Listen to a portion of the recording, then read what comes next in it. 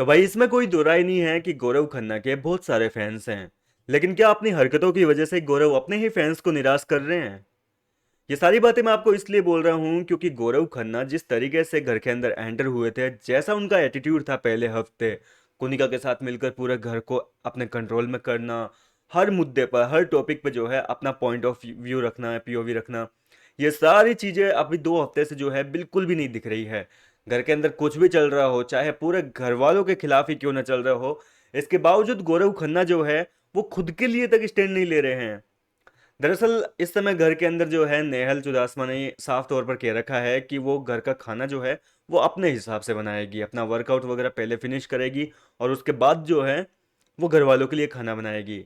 अब यहाँ पर कुछ कंटेस्टेंट है, प्रनीत मोरे जैसे कंटेस्टेंट जाग गए भाई, और तो छोड़ो, आवेश दरबार जैसे कंटेस्टेंट जिनको कोई मतलब नहीं था घर वालों से, वो लोग अपना पीओवी रख रहे हैं, वो लोग अपने लिए स्टैंड ले रहे हैं कि चल ठीक है कोई बात नहीं, तो बाद में बनाए तो बाद में सही। और कोई कह रहे हैं कि भाई हमें तो पहले ब्रेकफास्ट या लंच चाहिए, उसके बाद तो अपना वर्कआउट देख। लेकिन इस पूरे मामले में गौरव खन्ना ने अपने दो शब्द भी नहीं बोले, उसको कोई मतलब नहीं है, जब बनेगा जब बनेगा, जैसा मिलेगा वैसा खा लूंगा। मतलब कि यहाँ पर गौरव को जो है अपना एक स्ट्रॉन्ग ओपिनियन रखना चाहिए कि भाई खाना ऐसे कैसे लेट कर सकते हो आप किसी का। अपने वर्कआउट के चक्कर में आप किसी का खाना तो नहीं रोक सकते ना। ऐसे मन मर्जी नहीं चलेगी, अगर आपको कोई ड्यूटी दी गई है तो आपको वो ड्यूटी निभानी पड़ेगी, उसके बाद में अपना पर्सनल काम देखो ना यार। पहले जो सबके हित में जो काम है वो आपको करना चाहिए। लेकिन यहाँ पर गौरव खन्ना की ये जो चुप्पी है, ये ना सिर्फ फैंस को निराश कर रही है, बल्कि घर के अंदर जो गौरव के थोड़े बहुत छोटे मोटे दुश्मन हैं वो भी काफी हैरान है कि गौरव को क्या हुआ है, आखिर ये जीके जो है वो चुप क्यों बैठा हुआ है। मैं बात कर रहा हूँ घर के कैप्टन अमाल मलिक और बसीर की, जो भाई खुद भी एक एक्स कैप्टन रह चुका है। ये दोनों इस समय बात कर रहे हैं कि जीके का क्या सीन है, जीके क्यों नहीं बोल रहा नेहल को कुछ, या फिर इस मुद्दे में जो है जीके ने अभी तक अपना कोई बात क्यों नहीं रखी। खैर ये सारी बातें हैं जो नोटिस करने लायक है। क्या जीके जो है वो परेशान हो चुके हैं घर वालों की हरकतों की वजह से?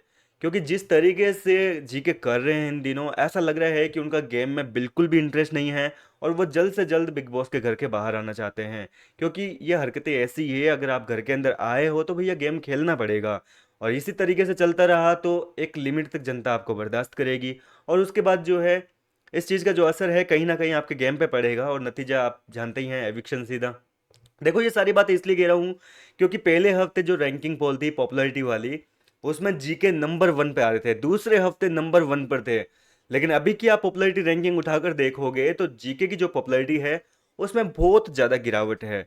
जीके चौथे या पांचवें पायदान पर आ चुके हैं। जीके से ज्यादा पसंद लोग अभिषेक बजाज को कर रहे हैं, बसीर अली को कर रहे हैं, अमाल मलिक को कर रहे हैं, यहां तक कि अशनूर भी कई बार जीके से आगे रह रही है।